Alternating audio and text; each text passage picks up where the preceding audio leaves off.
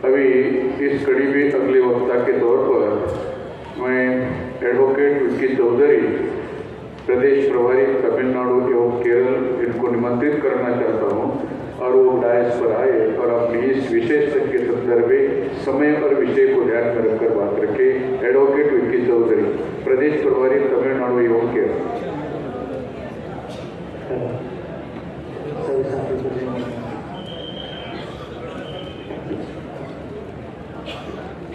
राष्ट्रीय अधिवेशन में सबका स्वागत है। ये चौथा सत्र है और इस सत्र में एक महत्वपूर्ण सब्जेक्ट है, न्यायपालिका में हस्तक्षेप संवैधानिक संकट पैदा करेगा, एक गंभीर मामला।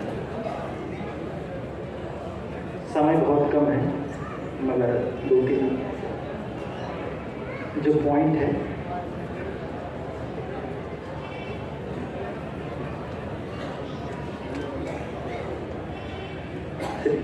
दो पॉइंट पर मैं अपनी बात रखना चाहता हूं कि जो न्यायपालिका का मुद्दा है एक्चुअली वह एक डॉक्ट्रिन है, एक सिद्धांत है, उसे सेपरेशन ऑफ पावर्स कहा जाता है। और ये सिद्धांत फ्रेंच रिवॉल्यूशन के जरिए आया है और फ्रेंच रिवॉल्यूशन यह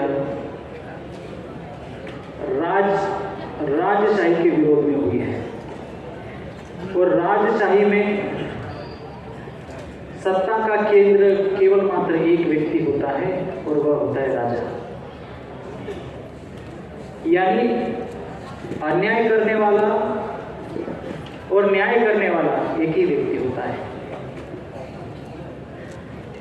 तो 1751 में फ्रांस में एक बहुत बड़े दार्शनिक थे, उनका नाम था बैरन डी मॉन्टेस्की, जिन्होंने एक किताब लिखी थी। उस किताब का नाम है द स्पिरिट ऑफ लॉ। उस किताब में वे कहते हैं कि सत्ता एक व्यक्ति के हाथ में केंद्रित नहीं होना चाहिए। अगर सत्ता एक व्यक्ति के हाथ में अगर केंद्रित होगी तो निश्चित तौर पर वह उसका दुरुपयोग कर सकता है, एब्यूज ऑफ पावर कर सकता है। तो इसको हटाने के लिए उन्होंने द स्पिरिट ऑफ लॉ में सेपरेशन ऑफ पावर्स, जैसे आज की तारीख में हम विधायिका, कार्यपालिका और न्यायपालिका कहते हैं, यानी सत्ता को 3 हिस्सों में बांट दिया ताकि सत्ता एक व्यक्ति के हाथ में केंद्रित ना हो।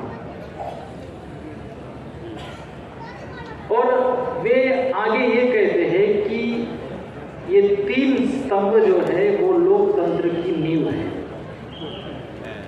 अगर इस लोकतंत्र की नींव को अगर आपको सुरक्षित रखना है तो एक स्तंभ ने दूसरे स्तंभ के काम में टांग नहीं अड़ाना चाहिए। अगर कार्यपालिका और विधायिका अगर न्यायपालिका में अगर हस्तक्षेप करती है तो लोकतंत्र की नींव खत्म हो जाती है। इसलिए उन्होंने कहा कि ये अलग अलग होना चाहिए और एक दूसरे के कार्य में हस्तक्षेप नहीं होना चाहिए।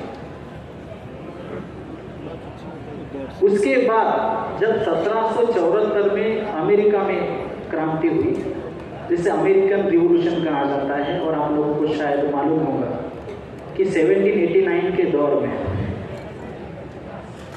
ब्रिटेन से आजाद होने के बाद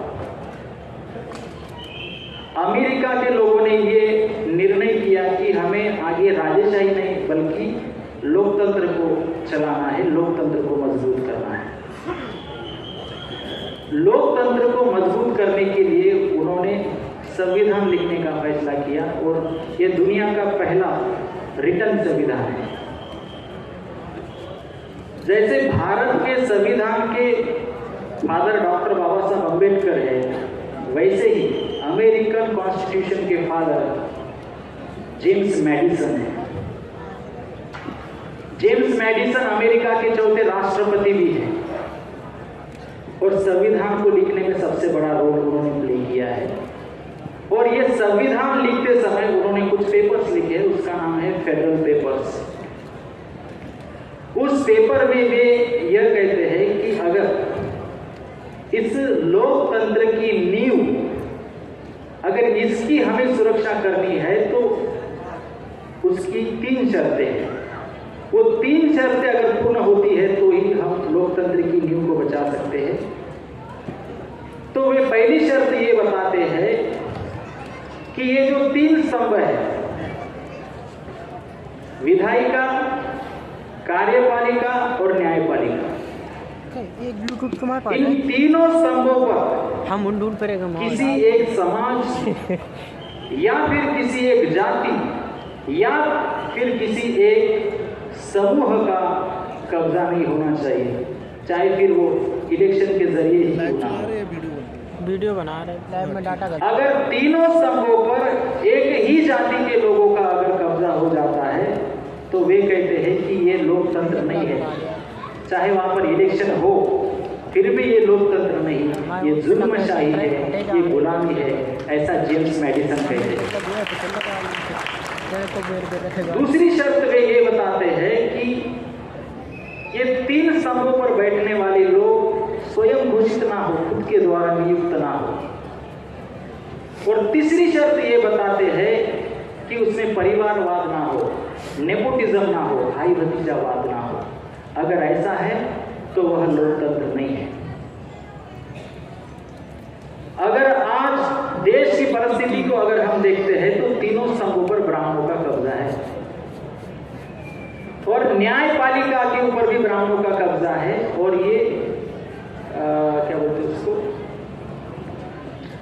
जो नहीं सर, कॉलेजियम के जरिए ही न्यायपालिका के ऊपर उनका कब्जा हुआ है। अगर कॉलेजियम के जरिए ही अगर ब्राह्मणों का कब्जा न्यायपालिका के ऊपर हुआ है तो आरएसएस आज की तारीख में इसे क्यों बदलना चाहती है, ये सबसे बड़ा सवाल है। तो शॉर्ट में बताना चाहता हूं, जो 19वें दशक की जो राजनीति थी वो गठबंधन की राजनीति थी और उस राजनीति में बहुजनों का बहुत बड़ा रोल था। और आप सभी लोग जानते हैं कि वीपी सिंह को प्रधानमंत्री बनाने का अगर निर्णय किसी ने लिया है तो बहुजनों ने लिया है।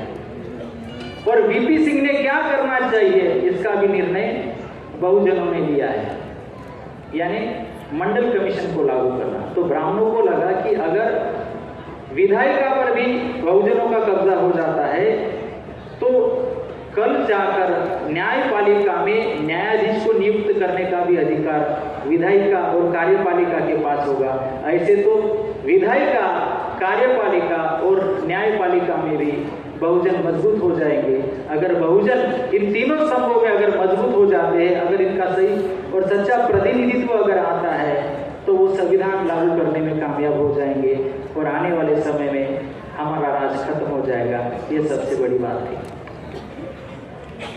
तो मैं बात है मगर समय कम है, इसलिए मैं अपनी बात यही पर समाप्त करना चाहता हूँ। धन्यवाद। धन्यवाद एडवोकेट विकी चौधरी, प्रदेश